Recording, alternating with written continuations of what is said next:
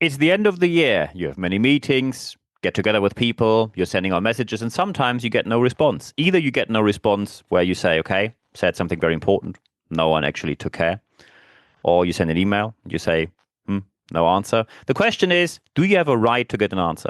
And that's our topic of today, because many people texted me about how frustrated they are when their leaders do not answer whatever they ask them for. And that is an important point, because as soon as you don't get an answer, this is, of course, frustrating for the moment. The question is, do you really have a right to get an answer when it comes to leadership work? So when we talk about the right to get an answer, it's always very important that usually the very start of it is an extreme answer to the one or to the other side. You find, especially on platforms such as Instagram or on LinkedIn, where people with absolutely no leadership credentials love to talk about leadership. Usually they say one of the two. They either say, yeah, you look, people must answer. They just have to. Leaders have to answer absolutely anything. It's all about the people, you know. You have to answer anything. It's your job. It's an obligation. You must give an answer. That's the one extreme. And of course, in that extreme, that's wrong.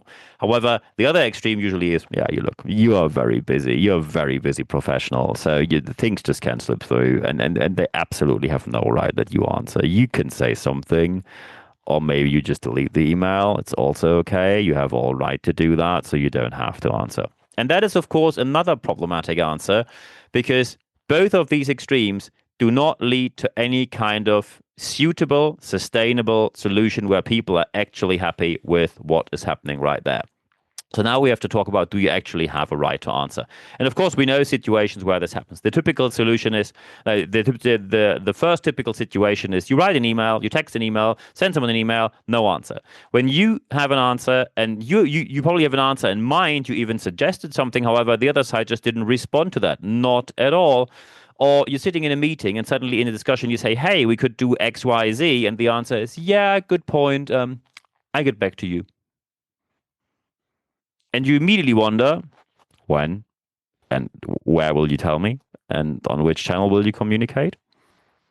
But also you might think, yeah, one of these answers, which usually mean there's nothing happening. So when you are in meetings, you have discussions, often people are frustrated that their leaders sit there and they say something like, yeah, I get back to you.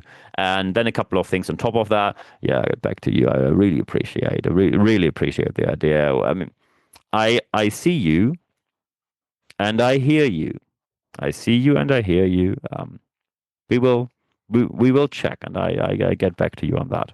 And nothing happens afterwards. That, of course, is not great. However, it is simply more complicated and also more complex than just saying it's either the one or the other. And now we have to talk about, how do these things really work? The first aspect that we have here is, you need to see, when you talk about an issue, is the issue complicated? And we need to define that, because many people mix it up with something else. So let's say, for example, you want to talk about combustion engines. You want to have a combustion engine explained, and that's complicated, no question about that. Complicated means you really have to put effort into that to understand what's going on there. However, complicated, and that's the good news here, complicated can be explained. It always can be. It takes time, it takes effort from both sides, probably from your side. When you're working on your own, even more. If you have external help, it probably takes a bit less time. But complicated means it can be understood in one way or the other, as long as you put in the effort. However, if I now say, let's say you are a leader and we talk about combustion engines, and I talk to you and say, look, I have an idea. You know combustion engines, and you know that we have e-mobility. I think we should go. I really think we should just switch the whole thing to hydrogen power, and please also go to politics and tell them that they need to promote this. They need to say we move away from e-mobility. We all go to hydrogen. That must be the flavor of the month and the year, the decade that the government does that. Are you able to do that? And then probably people who are qualified say, that's rather complex, because it is. Complicated means you can read yourself into it, and sooner or later you're going to understand that. Math is complicated, and when you really put in the effort, you sooner or later, you might not still like it, but you will sooner or later say, yeah, I think I got that. Don't see the point in it, maybe, when it comes to math. And I can tell you, math is important to understand complicated things. However, complicated you can read yourself into. Complex means there is something out there, because often when it comes, for example, to politics and how to drive cars in the future. People will say, look, there are politics, there are different parties, there are elections coming up. We don't know who's the next party. We have certain polls and tendencies. However, we don't really know who's the next one. So we really have to see and we have to balance out where do we position ourselves. So it's rather complex. And that's exactly the point here. As soon as you're sitting there and in a complex situation where you know that people have to talk to other levels, other departments, go up the hierarchy, go up to the board, present there, get commitment, get management commitment, whatnot else. And when you then ask for a quick yes, no, you are the unreasonable one. Complex means something is out there which is beyond your control, but which is highly relevant. So, for example, when it comes to how to power cars in the future, the support of the government of a certain technology is absolutely crucial because they will set the sail or not set the sail in a certain direction or the other in your favor or against your favor. And that is something you need to know. And in addition to that, of the issue being either complicated or complex, on top of that, you have to see, is it important and is it urgent? I just give you an example. I sat in a meeting and there was one person very passionately speaking about how important it will be to have more plants in the office. And we all agree that this is a point, especially when you work in a financial industry where probably some of the offices are, let's say, a bit sparse, depending on where you work. And there is scientific evidence how good plants are for the atmosphere, or you want to have a dog in the office, or whatever else. However, when people now say, "Look, we just have a merger going on. We are just talking with XYZ about integrating their company into ours, which is now ongoing." We really can talk about that later because we are a 42 stories high building, and just putting plants in there is just not the whole story. You have to talk to safety and security. What about the fire hazard risk? Who's taking care of the plants? What about any kind of insect that might come in? What about any kind of allergies that might be there? There are lots of things to discuss. Probably not immediately complex, but complicated. Also, when you suddenly talk about what about the allergies? Okay, we just make a list. So you want to have your medical records with your employer? And suddenly it gets complex because that's also a personal aspect of work. People probably will say, I don't want my personal records being somewhere with my employer in an Excel file, which is also not GDPR compliant, by the way. So it might be that you have a complicated and complex issue, and something else is more important, is more urgent, or both. And then it takes time. And the question now is, how do we implement what we just talked about in your organization without getting overly frustrated? And number one is ground rules. And here, by the way, public office is usually set up better than free enterprise. When you, for example, want to have an answer from public office, when you're in politics and the other party asks you a question, you have to answer. When the Prime Minister in the UK has Prime Minister's question time and someone asks a question, the Prime Minister can't stand there and say, yeah, I'm not going to answer that. Yeah, I'm not going to say anything on that one. No, thank you. I just pass. Thank you. No, bad question. Thank you. No, no, thank you. That's just not possible. There are ground rules. Also, there's a Freedom of Information Act where you can ask certain public offices and public entities about certain aspects, and they must give you an answer. However, in free enterprise, we often do not have these rules, or very, very few of them in place, and that sometimes becomes the issue.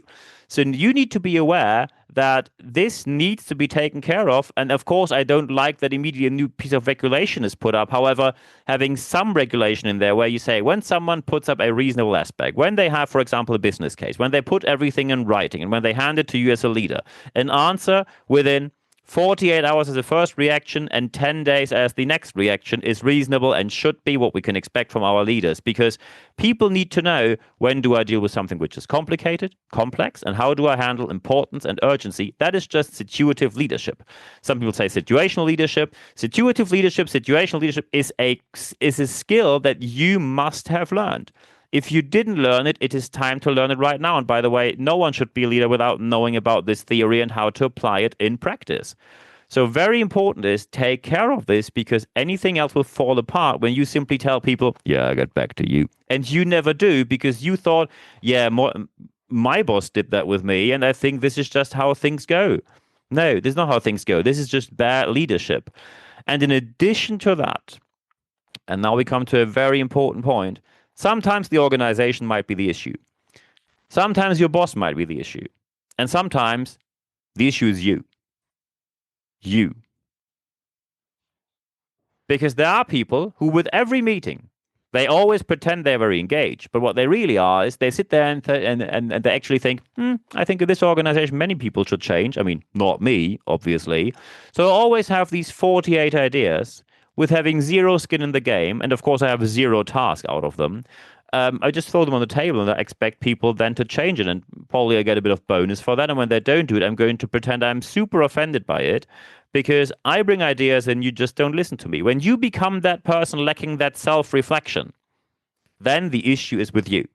The last aspect here is self-reflection. Think of, and that is something which I learned from a great friend who lives in central London, who gave me that amazing phrase, is it a hill worth dying on? Is your idea so important that you say, I'm going to escalate this non-answered email, I'm going to escalate my non-answered question, I'm going to escalate my non-answered meeting request, I'm going to escalate this to the next level. Is it that important? If so, go for it. And then you probably will be a very engaged employee, or a very successful manager and leader in the future when you pick the right battle. However, if you pick every battle because you think everything's important and you think you don't care about complicated, they need to master that. You don't care about complex, it's their job to deal with that very quickly. Everything you say is important, everything you say is urgent. That's a clear lack of self-reflection. So be sure that you have the self-reflection in place, because only with that self-reflection you will be able to deliver on the promise that people expect from you. And this promise is simply reasonable picks in reasonable moments, sorted into categories, complicated, complex, in addition to impact, of course, impact, but also importance and urgency. And when they see that you understand all of that, and then you make a request, then they will consider this reasonable, and everything will get better from here when you do it exactly the way we just discussed. And I wish you all the best implementing that in your organization and your personal work life. And when you now say, I think I have about 48 aspects to discuss here. Let's go for it. So feel free to, of course, so first, when you listen to me or you watch me on YouTube right now, feel free to leave a like here, subscribe to my channel. Thank you very much for doing so. Feel free to leave a comment. I'm always happy to see them. Feel free also to go on Apple Podcasts or Spotify when you're listening there. Feel free to leave 5 stars. Thank you very much for doing so as well. And recommend this podcast and videocast amongst your friends, colleagues, anywhere you like. Share it on social media. Thank you very much for that. An additional resource we have are the leadership tips, only available on YouTube Short. So it pays off to set the little bell on YouTube so you get a tiny notification when something new comes out there. We have more than 100 leadership tips out there already, and they're growing week by week. Every week we put a couple of them out there. And of course, you can also follow me on Apple Podcasts, Spotify, or go to my website, nb-networks.biz. When you now want to text me something, but you don't want to have it in the comment section because it's probably too confidential. And today's episode actually happened due to emails which I arrived in my inbox. Text me nb@nb-networks.com. When you send me an email there, it's 100% confidential. Of course, we will just have an exchange. It's not going to be mentioned on the podcast. We just have an exchange. And of course, I'm very happy to answer all of your aspects that you still have there. If you now think, are there live sessions? Yes, there are. expert.nb-networks.com. When you go to that place and you put your email address in there, you only receive one email every Wednesday morning. And very important here, you have full access to all the articles in the leadership letter. No paywall. In other places you have paywalls, not there. Full access to all the podcasts. By the way, they are in English and German language, so they are available bilingually. And of course, in addition to that, you have the access to the live sessions. We only communicate live sessions, date, time, and the access link in the leadership letter. Nowhere else this is available. So I'm looking forward to seeing you there. The next live session is coming very soon. And in live sessions, you can answer absolutely any question you have. And of course, feel free to connect with me on social media, connect with me on LinkedIn, follow me on Instagram, like my Facebook page, and of course, subscribe to my YouTube channel. And of course, when you're in Germany, I'm also on Xing, if you know that platform. So feel free to engage with me there. And on LinkedIn, connect with me properly. Don't do the follow thing. Just connect with me properly. And I'm looking forward to hearing from you on all channels. The most important aspect, however, is always the last one, which I say. Apply what you heard, because only when you apply what you heard, you will see the positive aspects that you obviously want to see in your organization. I wish you all the best doing so. If you have any kind of questions, feel free to contact me anytime. I'm answering every single measure within 24 hours or less, so I'm looking forward to hearing from you. And at the end of this video cast, as well as at the end of this podcast, there's only one thing left for me to say. Thank you very much for your time.